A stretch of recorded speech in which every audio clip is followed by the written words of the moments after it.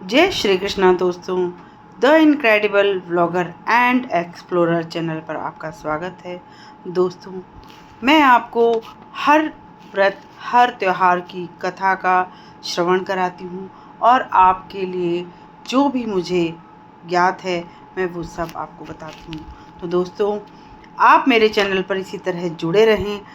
मेरे चैनल को लाइक करें, शेयर करें, सब्सक्राइब करें, बेल आइकन दबाना ना भूलें ताकि आपको मेरे हर वीडियो का नोटिफिकेशन सबसे पहले मिले।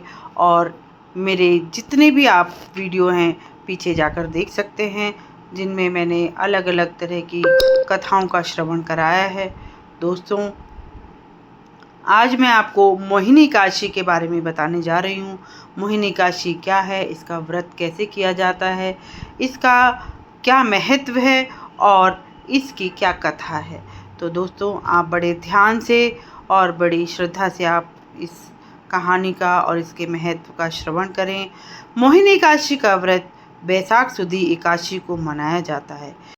इस दिन भगवान पुरुषोत्तम की पूजा की जाती है। भगवान पुरुषोत्तम की प्रतिमा को शुद्ध जल से स्नान करा के अच्छे और शुद्ध वस्त्र पहनाने चाहिए। भगवान को ऊंचे आसन पर बैठाकर मधुर फलों का भोग लगाना चाहिए। तत्पश्चात धूप दीप नैवेद्य अर्पित कर धृत दीपक से आरती उतारनी चाहिए। भगवान की आरती उतारने के बाद उनका प्रसाद वितरण करना चाहिए। इसके बाद ब्राह्मणों को भोज करवाकर यथाशक्ति दक्षिणा देकर उन्हें प्रणाम कर विदा करना चाहिए। दिन में भगवान का भजन पूजन कीर्तन कर रात्रि को भगवान की मूर्ति के चरणों में शयन करना चाहिए।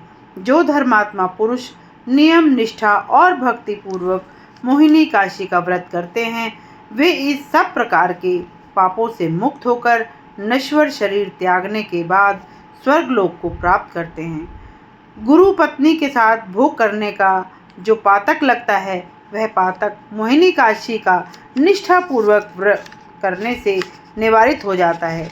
भगवान के चरणों में शयन करने से भगवान की शरणागता प्राप्त होने के साथ ही भगवान के प्रति अविचल भक्ति भाव जागृत होता है।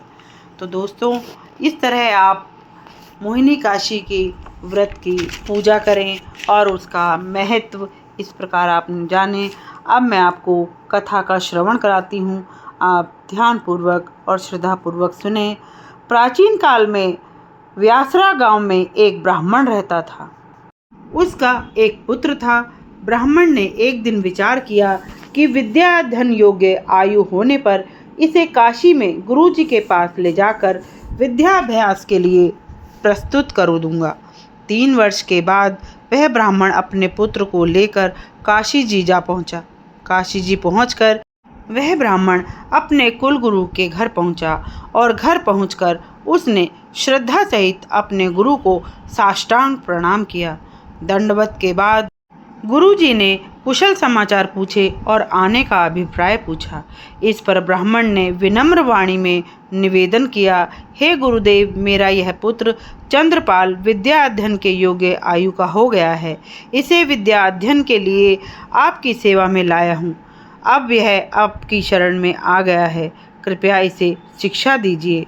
ब्राह्मण का अनुरोध सुनकर उसके गुरु ने चंद्रपाल को गोद में उठा लिया और प्रेम करते हुए उस पर वात्सल्य दर्शाने लगे। तत्पश्चात ब्राह्मण को सांत्वना और आश्वासन देते हुए उसके गुरु ने कहा, मैंने तुम्हारे पुत्र को स्वीकार कर लिया है, तुम निश्चिंत होकर अपने घर जाओ।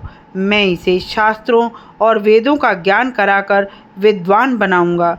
गुरु द्वारा आश्वासन पाकर ब्राह्मण प्रसन्न मन से अपने घर के लिए चल पड़ा। गुरुदेव के पास 25 वर्ष रहकर चंद्रपाल ने शास्त्रों वेदों की शिक्षा ग्रहण की। 25 वर्ष का होने के बाद चंद्रपाल एक पूर्ण युवक हो गया था। एक दिन की घटना है कि संयोगवश चंद्रपाल के गुरु घर पर नहीं थे, वे काशी के बाहर गए थे। घर पर गुरु की युवा सुंदरी पत्नी अकेली थी। गुरु पत्नी को देखकर चंद्रपाल के मन में पाप वासना जागृत हो गई। उसे विश्वास था कि गुरु पत्नी ऐसे पाप कर्म में कदापि प्रवृत्त न होगी। अतएव चंद्रपाल ने बलपूर्वक विवश कर गुरु पत्नी के साथ रमण किया। पुनः गुरु के भय से वह वहाँ से भाग खड़ा हुआ। भागते भागते वह काफ़ी दूर निकल आया। इतने में दिन समाप्त हो गया और शाम घिर आई। समीप ही एक कुआं देखकर हारा थका चंद्रपाल कुएं से पानी खींचकर मुंह हाथ धोकर और पानी पीकर वहां सो गया। थोड़ी देर पश्चात शिव पार्वती घूमते घूमते वहां पहुंचे। पार्वती जी ने देखा कि कुएं के पास कोई सो रहा है, तो पार्वती जी शिव जी से कहने लगी, महाराज, कोई दुखी व्यक्ति जंगल में सो रहा है, कृपया चलकर देखिए कि कौन है और क्यों जंगल में सो रहा है। शिव जी पार्वती जी को मना करने लगे, पर तीव्र जिज्ञासा के वशीभूत पार्वती जी ने शिव जी की बात नहीं मानी। वे उन्हें वहां ले गई। चंद्रपाल पहले से ही घबराया हुआ था। उसकी नींद घबराहट और थकावट के कारण थी। वह नींद से चौंक उठा। उसे नींद में ही किसी के आने का आभास हुआ।